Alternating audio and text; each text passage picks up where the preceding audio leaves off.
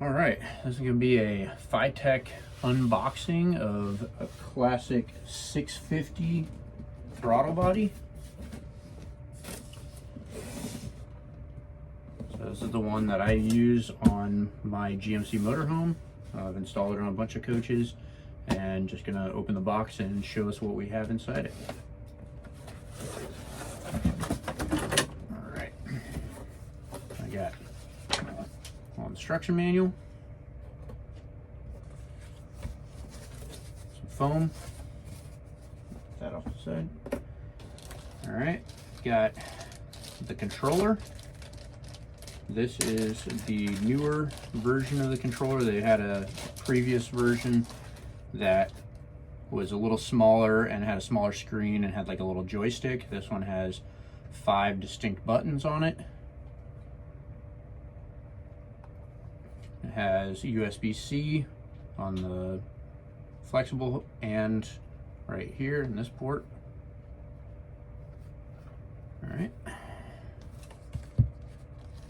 Got a little warning with it. I'll stick that back in there.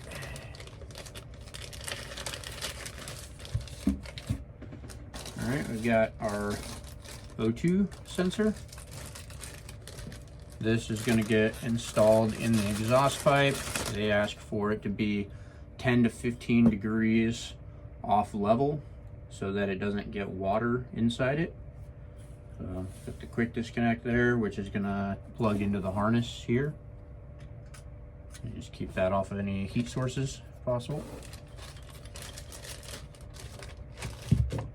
All right, this is a kit that they provide for installing the O2 kit or O2 sensor. This has a threaded port.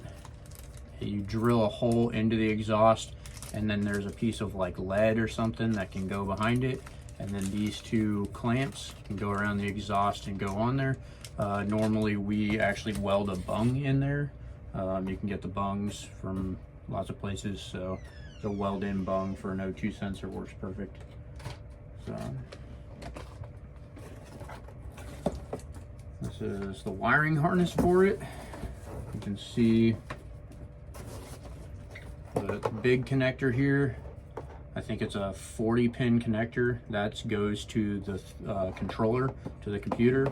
I like to mount it inside the coach, but as long as it's somewhere that's away from heat sources and you don't want to make it someplace where water will get in this. This is a waterproof connector, but still try to keep that out of the water if possible. These 2 connectors next to the computer are for the controller. It has another cord that goes to it. These ones are the power, and then this is the data feed. Looks like a little RCA headphone jack. So, wiring harness is real simple. You got it nice and convenient. You've got your ground. Everything's labeled nicely. You got ground there.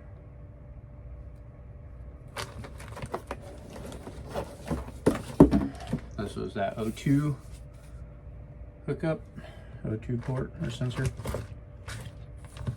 And then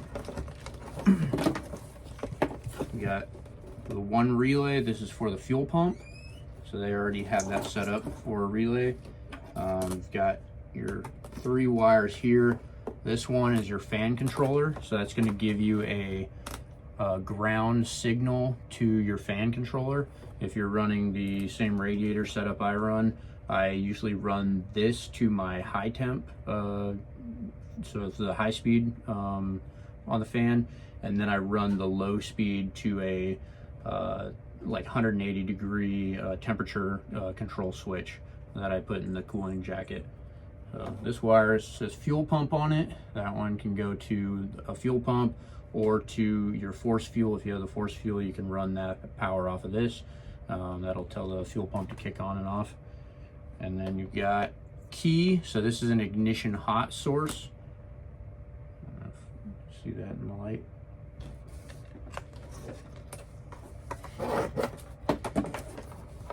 This one that has the 2 fuses in line goes to battery positive. You want this to actually go to constant hot battery spot. You don't want it on keyed hot or on like behind a switch. If you turn the switch off too soon, it doesn't save the data from tuning. So, and this has 2 fuses in line. This one is a 15 amp blue fuse there, and then there is a 20 amp there.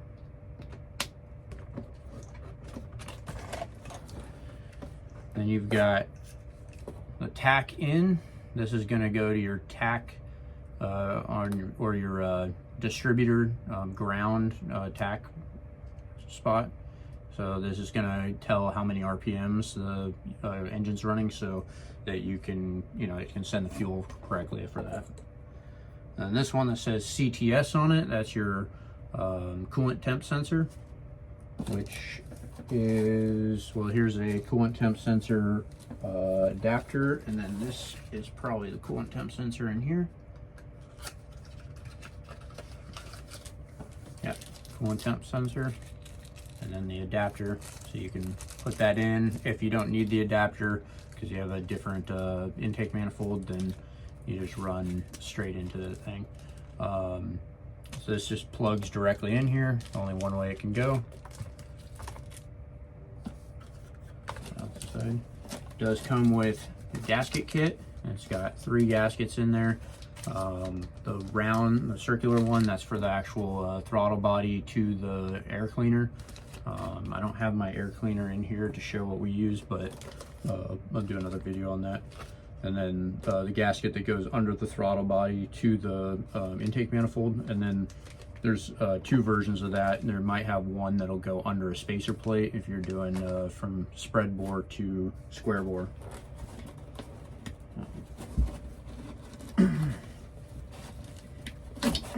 Here's the computer. So that just plugs in like so.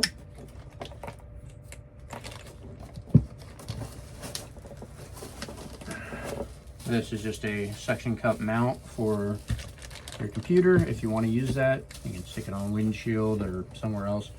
Usually build brackets and stuff with like Velcro or something to put on, but we've done a few different things. More foam. Got a USB to a USB-C cable. This is the data cable for hooking up to a computer if you need to, or anything like that. But that one won't be used in the installation, like on the coach itself or on the vehicle. This one is the actual cable for the controller. So you've got the USB-C that's going to go into the display. I usually go into this one, and then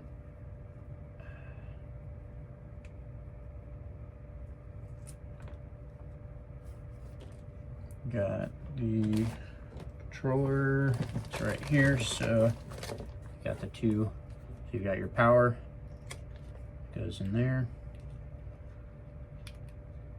Oh, yep.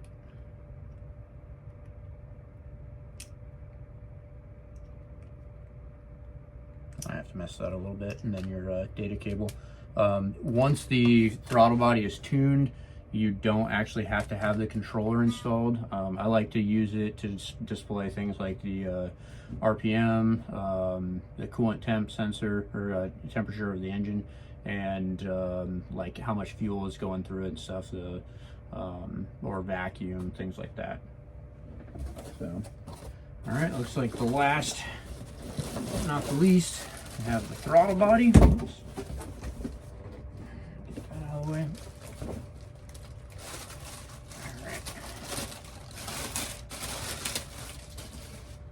Pretty. So I usually do the black one. I just like it. You can do gold as well. It does the same thing. So this is the bottom side over here. And you can see the idle air control port, and then it's got 2 sets of butterflies. So Open those up.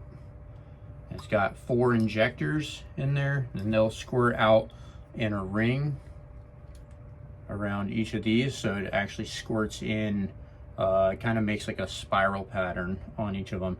One thing you can check if it's not getting fuel or something, or like when you want to know if it's working properly, is before you start the engine, when you turn the ignition on, you'll hear it cycle the fuel pump, and then it'll open the fuel injectors for just a couple, like a second or so, and it'll squirt fuel through there. If you're looking down the throttle body, you can see it squirt fuel. If one of them doesn't squirt or something, you might have a clogged injector, or maybe one of the wires came loose or something. But that's a good way to see if you're actually getting fuel. So if your fuel filter's clogged or something, if you're running an original fuel tank that's got a bunch of gunk in it, that's probably the leading cause of problems with these things. You got one main fuel hookup here. This throttle body was built to not have a return port on it. They expect it to have 57 psi of fuel pressure to it. So if you run the force fuel system, that has a pressure regulator built into it that'll regulate it to 57 psi. If you're running something other than that, you don't want to have the force fuel system, then there are pressure regulating systems that you can put in place that have a return port back to the fuel tank. So you got your throttle linkage on this side. On occasionally, if you run the original 455 intake manifold for a GMC motorhome, you have to cut this bracket off here because the intake manifold comes down at a slope. This bracket down here isn't used on our application. If you're doing something else, then it might be, but normally I hook up top here. I have other videos on that. So, but that's pretty much it. You bolt this thing down with the gaskets under it and hook up those wires, and it's pretty much ready to run. You do have vacuum ports, so you've got a 3/8 vacuum port up front. You've got 2 in the rear. They do actually talk about one being the preferred one for the brake system, like a brake booster. The other one is probably going to be for the can't think of it right now, but on your valve cover, so you know, engine vacuum. And then you've got up front, you got 2 little ports. One of these is just constant vacuum, and then the other one is ported vacuum for the distributor. They do have that labeled in the instructions. I believe it's, let's look at it. Yeah, I believe the top one is ported and the bottom one is constant vacuum. So, but they do talk about that in the manual. Once you get this installed, getting the vehicle up to running temperature, you can tune it, do the initial tune, which you punch in your numbers for like the engine size, the RPM that you want it to idle at, and so it'd be like how many cubic inch and how many cylinders it has, and then get it running. And you may have to, like for the initial start, you might have to give it about 50% throttle. That's a bypass. It'll give it more fuel than it would normally give. That's if the fuel map hasn't figured out enough to do it. A lot of times I stick them on and they're pretty much running right out of the package. So, but then to get the tune down, you want to get it to operating temperature. It has to be at least 172 degrees, I believe, might be 170. And then once it hits 170, the computer will start learning. So then you can set your idle air control. This little port right here on the top, that one is the idle air control. You will hear that make some interesting whistling noises when it's out of tune. It has a stepper motor inside of it, and that opens up. You can kind of see it at the bottom side, but that will open up to keep the engine running, give it more air. It's also set to make the engine rev up slightly when you turn on like air conditioners or anything like that. So you have the option to set that up, and that'll basically keep it at your idle. The setting for that is once it's at operating temperature, you want it between 3 and 10 steps on the idle air control.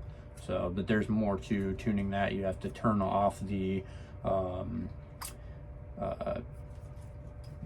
throttle position sensor with one of the settings so that you can adjust it with, there's 2 screws. There's a screw right here and there's a screw here. Most of it can be done with just one of those screws, but those will adjust the how much these butterflies are open, and you want it just enough that the engine runs with the idle air control basically closed. So that's pretty much it. So really fond of this one. I've done a whole bunch of other FiTechs, and I don't know, probably installed, I don't know, dozens of these, and big fan of these. So hope you like it.